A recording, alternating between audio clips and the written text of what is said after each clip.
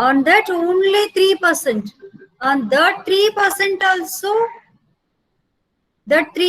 also, majority of the occasions, due to various reasons, that water also polluted. Rivers, all the rivers are polluted. Streams, lakes. You can imagine, land is covered with 70%, 70 to 80% of the land is covered with water. At the same time, our living organisms, any living organisms, measure more or less, animal, human beings also made up of 60 to 70% of water. Our body is made, fluids. 60 to 70% of the fluids, among that 50 to 60% of the water. A plant, a tree also made up of 60% of water by weight. Hence, water plays vital role for any living organisms. If our body water capacity, water percentage is decreased, our entire cells will be wrinkled, and then we may not perform actively. After that, the cell may be died. So if it is continuously, we are not getting water, life ending is there. Dead. That animal or any living being is died. Actually, water is exist in 3 phases. All of us know solid, liquid, and gas. It's circulated in accordance as a hydrological cycle. When rain will come, it comes as a liquid state and enter into the land surface as a rivers, lakes, oceans. During hot summer, water will be evaporate. Hot day, water will be evaporate in the form of gas. When cool breeze will come, it will be condensed as a ice. Further, it will be converted as a liquid in the form of rain. So, hydrological cycle, evaporation, condensation and precipitation, transportation and respiration, transpiration and respiration. So, this is the hydrological cycle process. Evaporation, condensation and transpiration is called hydrological cycle. During our respiration also, some amount of water is converted as a evaporation. Some amount of water is changed. Their state. Hence, water plays a vital role in all living beings. See here, evaporation, hot sunny days, evaporation, transpiration from the plants, and then cool breeze will come. It condenses as a clouds, and then precipitation as a snow, Himalayas, mountains like that. Snow melt. Then surface runoff as a water, evaporation, clouds, condensation, precipitation, water as a ocean, lakes, rivers like that. Transpiration and respiration, living organisms and plants is continuously changing their phases. Solid to liquid, liquid to gas, gaseous state. So fresh water, just now I told you, among 70 to 80% of the land is covered with water, but Only 3% of the fresh water is there, and that fresh water, surface water, standing water bodies like lakes, reservoirs, flowing water bodies like streams, rivers, all these are 3% only.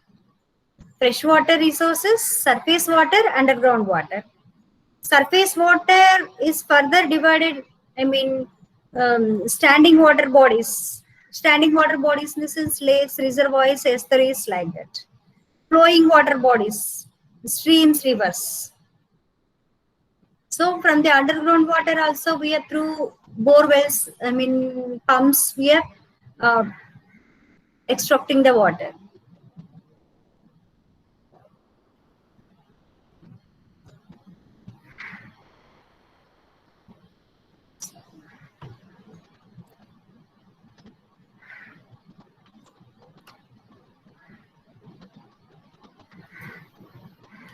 So several uses are there with water.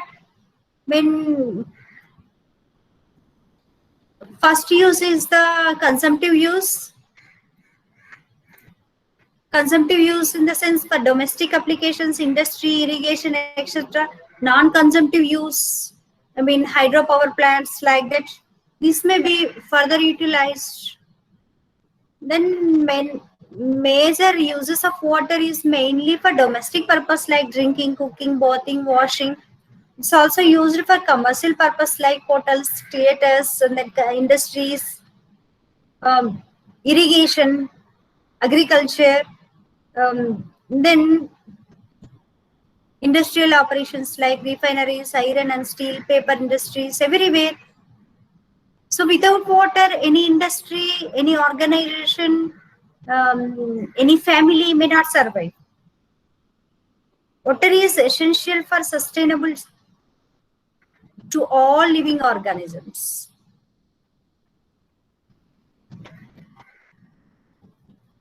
But here is the problem. So up to necessity, up to effective utilization, there is no problem. Overutilization of water. So what are the problems? Why we are overutilized, misused the water? Water is very precious to all. Not only our nation, all the living beings, entire world without water may not exist. Every individual, even developed and then developing countries also fighting for water. So if we are overutilization is going on, what will happen? First, groundwater level will be decreased. When groundwater withdrawal is more than its recharge rate, the sediments in the aquifer get, which results in sinking of overlaying land surface. This process called ground subsidence. Suppose water level is maintaining as well as in the ground, there is no problem. If continuously we are lifting the water, we are withdrawing the water from the ground, that layer, surface layer, aquifer will be sinking. And then landslides also occurs. Structural damages in the buildings, and then factors in pipes, tribal flooding, everything will be. Then salt water. Overexploitation of groundwater would lead to rapid intrusion of salt water from the sea. Because actually, simply you has to understand groundwater level will be decreased. We are withdrawing more water in the ground. At that time, what is happening? Salt level, hardness, total dissolved salts in that water will be enhanced. That water may not used for agriculture and drinking purpose. If we are continuously withdrawing that groundwater, earthquakes and landslides also observing. It leads, overutilization of groundwater leads to decrease in water level, which cause earthquake and landslides. Then wells, nearby wells, streams also drying up. Pollution. When the groundwater level in agricultural land resources and the water containing the nitrogen as nitrous fertilizers percolates rapidly into the ground and pollute the groundwater. For agriculture purpose, especially, I mean, fertilizers, whatever we are using, at that time we are spraying that water, that fertilizer during rainy season enter into the groundwater, accumulated, percolated into the groundwater. The nitrate concentration will be more, it will be polluted. Because if nitrate concentration is more in the water, it leads to the skin diseases and then cancer too. So hence we has to effectively utilize the groundwater. What we has to do for effective utilization of the water? First thing, don't misuse the water. I mean, don't waste water wherever it is possible, in your home or in your institution, in your hostels, wherever it may be, wherever it is possible. A simple example I am quoting: while you are brushing, I mean, simply we are putting the tap, simply we are turn on your tap, and then you are brushing in the half an hour. And during half an hour, how much water it will be wasted? You have to think. During bathing also, everywhere, wherever you are using the water, whenever you are using the water, has to think. Each resource, any natural resource is precious, more than money. We has to count it like that. So with that only, who has, I mean, alternate reuse of water, reutilization of the water. Suppose domestic purpose, whenever we are using that water, we has to use for gardening purpose. Like that, we has to reuse our many purpose. How water is saving things everywhere, everything. Then, what are the conflicts of the water? Just now we discussed water is so essential. Then also very scarce. I mean, resources, I mean, water levels are decreasing. Fresh water is considered to be the environmental issue of this century because nearly many people, many billion people does not have access to safe drinking water. I'm not talking about drinking water, safe drinking water, safe and clean drinking water. Many of the slums, majority of in the metropolitan cities, majority of the people may not get proper drinking water too. Imagine the situation. Where is the population density is more. They may not get people proper drinking water.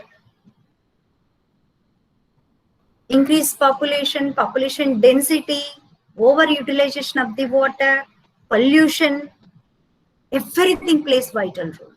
Due to that, many issues, many conflicts are coming for the water.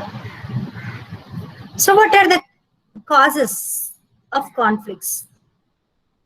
Unequal distribution of the water has often led to interstate or international disputes. Suppose one river is there. One river may be started so nation and then enter into the another nation. But on that river, two nations having the rights. If there is no proper equal distribution of the water, I mean, conflicts will be there. They are known as international conflicts. Example, India and Pakistan fight over the right for water from the Indus River. And then Mexico and USA have come into the conflict over the Colorado River. India and Bangladesh are fighting for Brahmaputra River water. Many international conflicts are there. National, what are the national conflicts? Within the state, I mean, within our nation, within country, in between states. Kaveri River dispute between Karnataka and Tamil Nadu, this is the ever-ending dispute. A Krishna dispute of water between Karnataka and Andhra Pradesh. Now Telangana too. So majority of the issues. Then Construction of dams or power stations. Suppose wherever high area hydroelectric power generation dams are built across the river, which initiate conflict between the states, depending on the level of the dam and then water storage of the dam. I mean, lower areas, water may not distribute properly. Many issues. Many times, whenever summer is there, I mean, peak summer, majority of the states fight for water.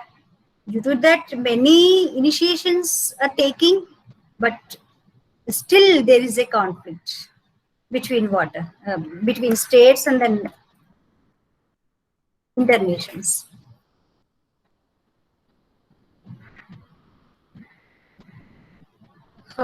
I mean, in between Telangana and Andhra Pradesh, also Srisailam and Nagarjuna Sagar reservoirs, rise of water in the Krishna water, that is also one of the conflicts.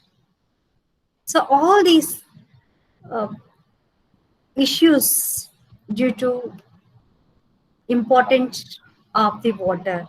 But that's why everybody has to minimize the uses of water, at the same time effectively utilize the water, save the water, sustain future. Then floods. Sometimes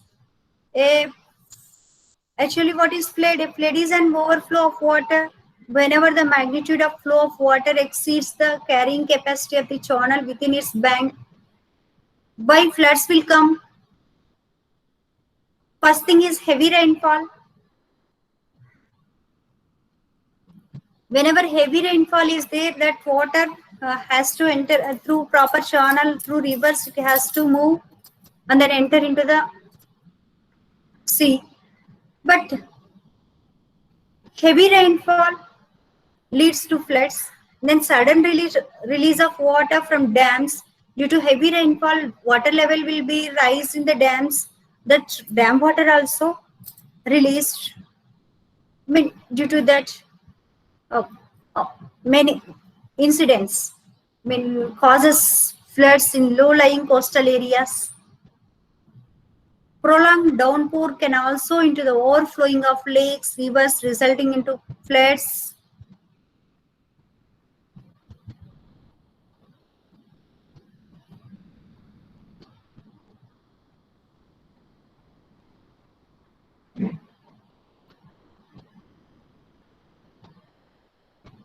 What are the major effects of a reduction in carrying capacity of the channel? See, encroachment of the land. Suppose actually river area is there up to certain kilometers and then width, but nowadays encroachment, everything is encroachment. Not only river, small channels also everywhere for agricultural encroachment and then construction, industrial encroachment for construction of the houses, everywhere it is going on. Actually, suppose one river has the width of 1 kilometer. If that channel is like that is there is no floods. But after some time, if there is no proper rain, I mean, they may not, that local people may not observe the floods. What they will do? I mean, that river area, width of that river area, both the sides of that river area is encroached for agriculture purpose, for construction of the any other things, construction of the home or industries. So due to after some times it is encroachment is there, I mean that river channel will be narrow. Due to that also floods will occur.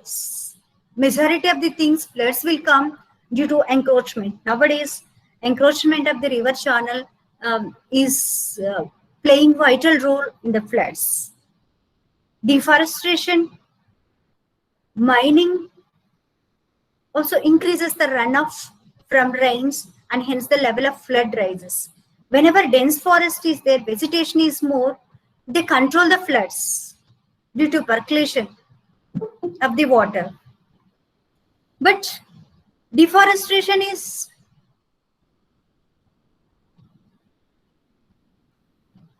going on, what will happen? They may not control the water. And then another side is the floods is one side drawback, another side is the drought. So actually drought is nothing but scarcity of water which occurs due to inadequate rainfall, late arrival of rainfall, and excessive withdrawal of groundwater. I mean, so many issues. So many things are playing vital role in the drought. So our area also drought prone area. Actually, one thing is scarcity of water. Another thing is due to inadequate rainfall. Rainfall is less than actual necessity. At the same time, if there is no water, I mean excess withdrawal of groundwater will be takes place. That is also drought. Understand from dry weather which passes long enough to produce a serious hydrological imbalance, leading to damage of plants, animals, human life, living being, entire living being. If there is no water, there is a problem. Nobody is survive. That is the problem. So various types of droughts are there. Meteorological droughts, it occurs when the total amount of rainfall is less than 75% of the normal rainfall. Hydrological drought, it occurs when the total amount of less than the average rainfall, Agricultural drought occurs when the shortage of overall rainfall occurs, which in the turn reduces the groundwater and reservoir levels, soil moisture, agricultural drought. Socio-economic drought, due to the reduction in the availability of food and social security of people in the affected areas leads to famine. That is socio-economic drought. All these are due to water. Hence, we have to save water. We have to conserve water due to reforestation. Or otherwise, water scarcity leads dangerous situation. Without water, especially human beings, may not survive within a day itself. That is the issue. Every individual has to think how we can conserve water from the pollution or from the misuse and then overutilization, wastage, whatever it may be. Everything has to conserve the water for future purpose.